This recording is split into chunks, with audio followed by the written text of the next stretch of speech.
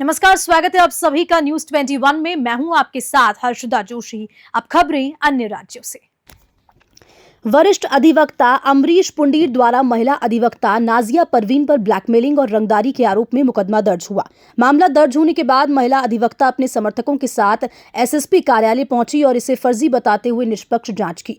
इस मामले में सहारनपुर कचहरी के वकीलों के बीच आरोप प्रत्यारोप खुलकर सामने आ गए। वरिष्ठ अधिवक्ता अमरीश पुंडीर ने महिला पर गंभीर आरोप लगाते हुए दावा किया कि वे वकीलों का कोट पहनकर लोगों को ब्लैकमेल करती है। दूसरी ओर महिला अधिवक्ता के समर्थन में उतरे अधिवक्ता चौधरी जानसार अहमद के नेतृत्व में वकीलों ने पुलिस कप्तान से मुलाकात कर निष्पक्ष जांच की मांग की। सहारनपुर से सनी प्रजापति की रिपोर्ट।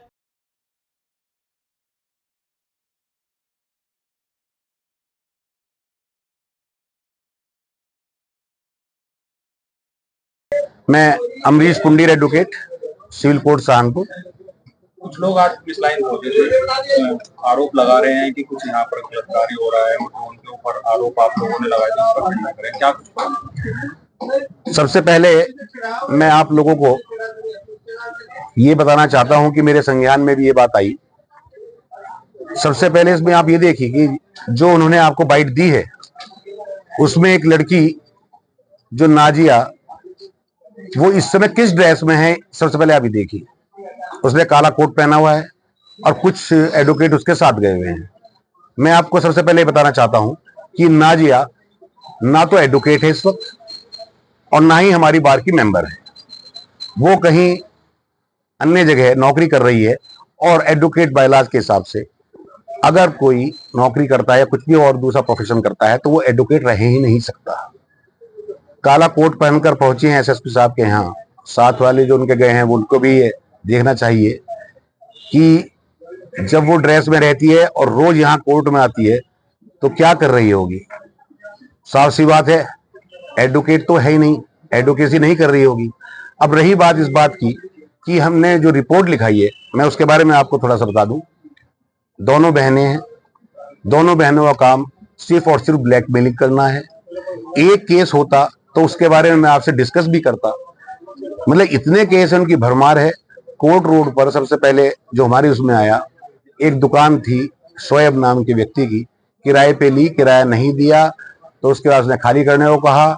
एडवोकेट का बोर्ड लगा लिया, वो घबराया, उसने अपनी महिलाओं को बुलाया, महिलाओं के साथ मारपीट हुई, वहां पुलिस भी आई, इस बात की वीडियो भी है। उसके बाद यही साथी अधिवक्ता लोग जो शामिल रहते हैं इनके ब्लैकमेल में, इन्होंने यहाँ प्रेशर बनाया। प्रेसिडेंट सेक्रेटरी उस वक्त के जो मौजूदा थे राजेंद्र चौहान साहब बैठे हुए हैं और जो इस समय वर्तमान में है राजीव गुप्ता प्रेसिडेंट, वो उस समय महासचिव थे, उन्होंने साथ देने से बिल्कुल मना कर दिया कि हम गलत बात का साथ नहीं देंगे। इन्होंने उस पर झूठा मुकदमा छेड़खानी का लगाया। उसके बाद उसको 2.5 महीने जेल में रखा और उससे 5 लाख रुपए वसूले। ये बात मैं जुबानी नहीं, ये रिकॉर्ड की बात है। यहाँ सीडी मौजूद है, अभी हम आपको उसके पत्रावली जो है उपलब्ध कराएंगे, जिसमें नाजिया ने ये लिखा हुआ है, उसके बयान उसने गए कि हमें गलतफहमी में ये मुकदमा कर दिया था। छेड़छाड़ की जो घटना है वो गलतफहमी नहीं हुआ करती।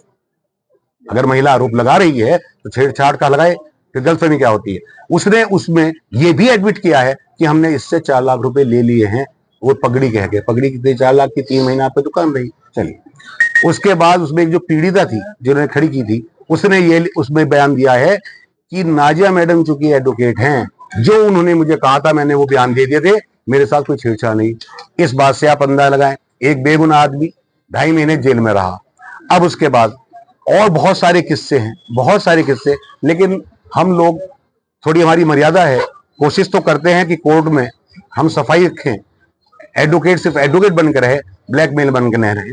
आपके द्वारा जितने भी उनके ऊपर आरोप लगाए हैं सबका उन्होंने खंडन किया है, कह रहे हैं गलत आरोप है, चौक पर आप लोग खड़े रहते हैं, आते जाते जो है उनको छेड़ते हैं, इस तरह की वो बात है। देखिए ऐसा है, यहाँ पर करीब मैं समझता हूँ कि 2,500 एडवोकेट हैं, जूनियर, सीनियर और महिला अधिवक्ता उसमें काफी हैं।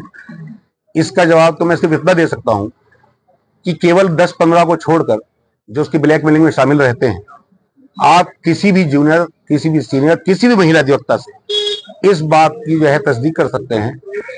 जो मेरे और मेरे साथियों के बारे में जो उसने कही है बात, सबसे सम्मान है। अगर ऐसी बात होती, पिछले करीब 10 सालों से हम कोर्ट में यहाँ पर हर साल जो वार्षिक इलेक्शन होता है उसे जीतते आ रहा है हमारा ग्रुप, फागू विशंबर सिंह ग्रुप हमारा, तो वो छेड़खानी करके तो जीतते हैं, सीधी बात ये है।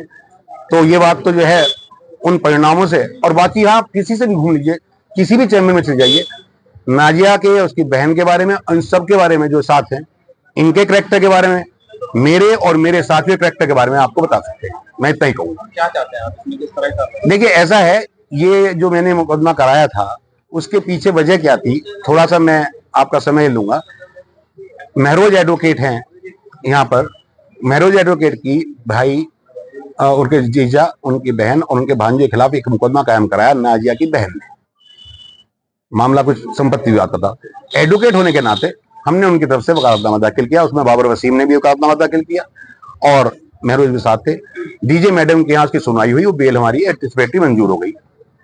मेरा कुछ अन्य अदालत में काम था, मैं दूसरी तरफ चला गया SC कोर्ट में। आप लोग जब उधर से बहस करके इधर आ रहे थे तो यहाँ उसी चौक पर, जहाँ की ये घटना कल की हमारे साथ हुई, उसी चौक पर इनके साथ उन्होंने बदतमीजी शुरू कर दी। हॉट टॉक चौक है, सैकड़ों आदमी वहां रहते हैं, लेकिन मुकदमा कराया गया कि हमने छेड़खानी करी, ये करी।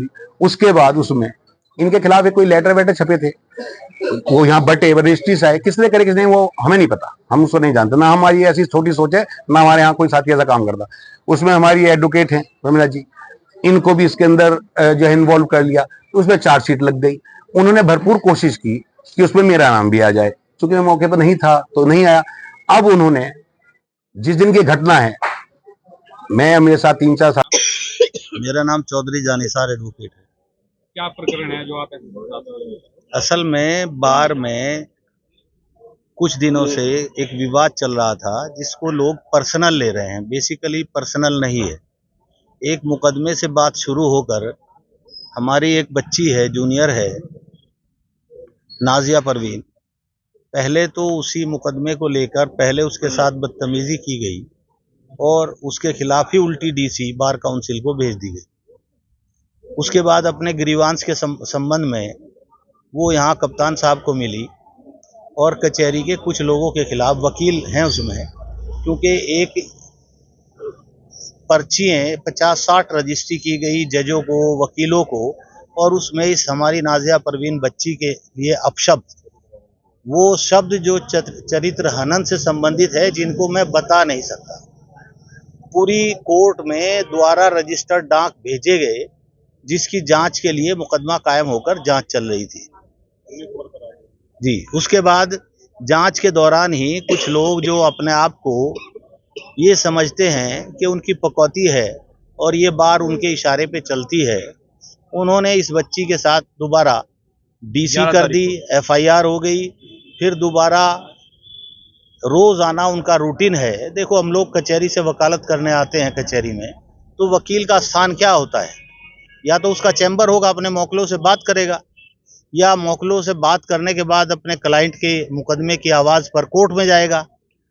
कभी भी कोई वकील, ना परंपरा हमारी बार की रही, कहीं चौपले पर नए नए लड़कों को लेकर खड़ा होके एक हजूम बना के कमेंट पास करना या देखना, या सुबह आने वाले शाम तक आने जाने वाले, चाहे वो लिटिगेंट हैं या लड़कियां वकील हैं या लड़के वकील हैं, एक ग्रुपिज्म की तरफ ले जाना गलत है। क्योंकि हमारा परंपरा या हमारा डिग्निटी इस बात की इजाज़त नहीं देती। हमारे बार में 4-5 महीने से ये परंपरा चल रही है कि 10-15 लोग उस स्पेसिफिक ग्रुप के एक कर्ता धर्ता के साथ खड़े हो जाते हैं और वहाँ खड़े होकर चौपले पर अपना जो उन्हें करना होता है वो करते हैं, जो नहीं करना चाहिए। अगर वो अपने चैम्बर में रहें, वकालत करें, या कोर्ट में जाएं, वकालत करें, अपने काम से काम रखें, तो शायद ये विवाद ना होता। इस बच्ची के साथ क्योंकि इसने भी फिर उनकी शिकायत की और उस पर कानूनी कार्रवाई हुई, जिसका उनको पता लगा होगा, और उस इरिटेशन में फिर इसके साथ बदतमीजी की, चौंपले पे फिर उसी तरह खड़े हुए कमेंट किया। इसने कमेंट की वजह से जाके उनसे पूछा कि ऐसा क्यों किया। बाकी क्या क्या बातें हुई, ये बच्ची खड़ी है, बराबर में बता सकती है। उसके बाद जो ये इस तरह के कार्य कर रहे हैं, देखो, कुछ लोग हैं जो महा कचहरी में हैं, आप जाके क्वेरी करें। आप एक ही चीज़ की क्वेरी कर लें कि वकील लोगों के 10-15 झुंड का खड़ा होना चौपले पर, कौन लोग हैं, आपको सब पता लग जाएगा।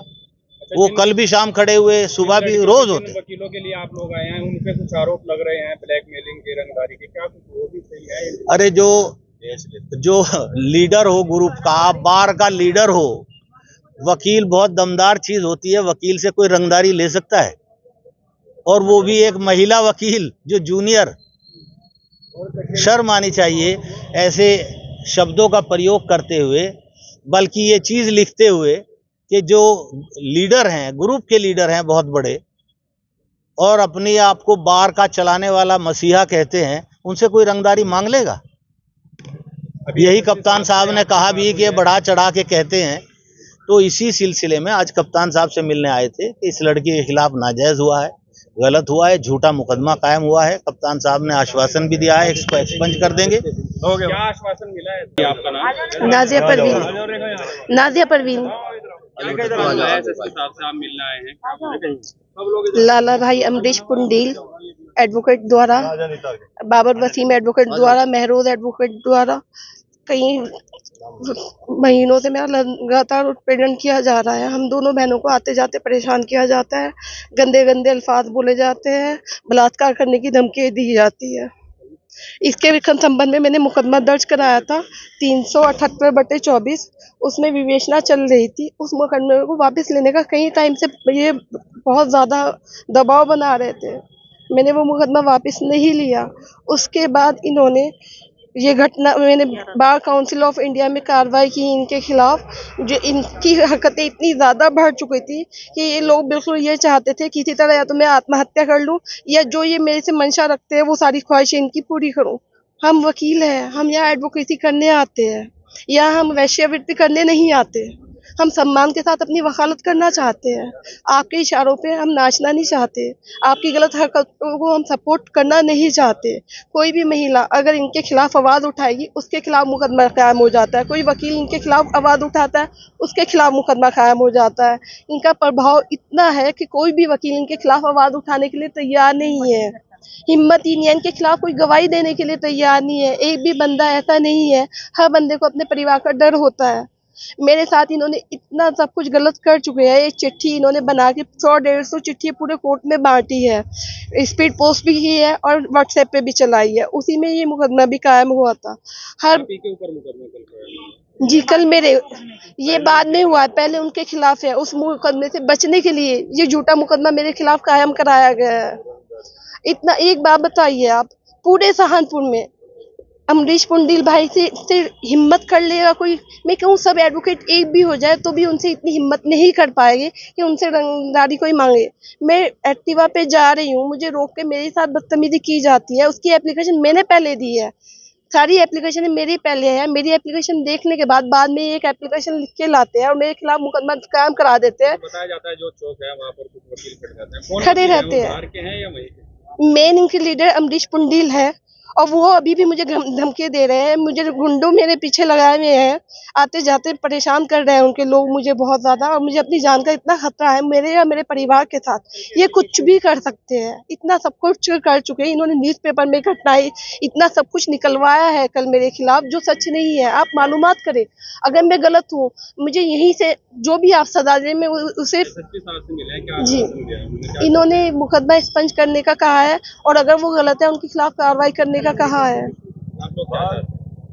मैं गलत लोगों के खिलाफ कार्रवाई चाहती हूँ और न्याय चाहती हूँ, और ये चाहती हूँ कि उनका ये जो आतंक है कोर्ट से खत्म होना चाहिए। ये गुंडागर्दी नहीं होनी चाहिए, किसी के भी साथ नहीं होनी चाहिए, मेरे ही साथ नहीं, किसी भी। आज मैं हूँ, कल कोई और होगा। आरोप लगा रहे हैं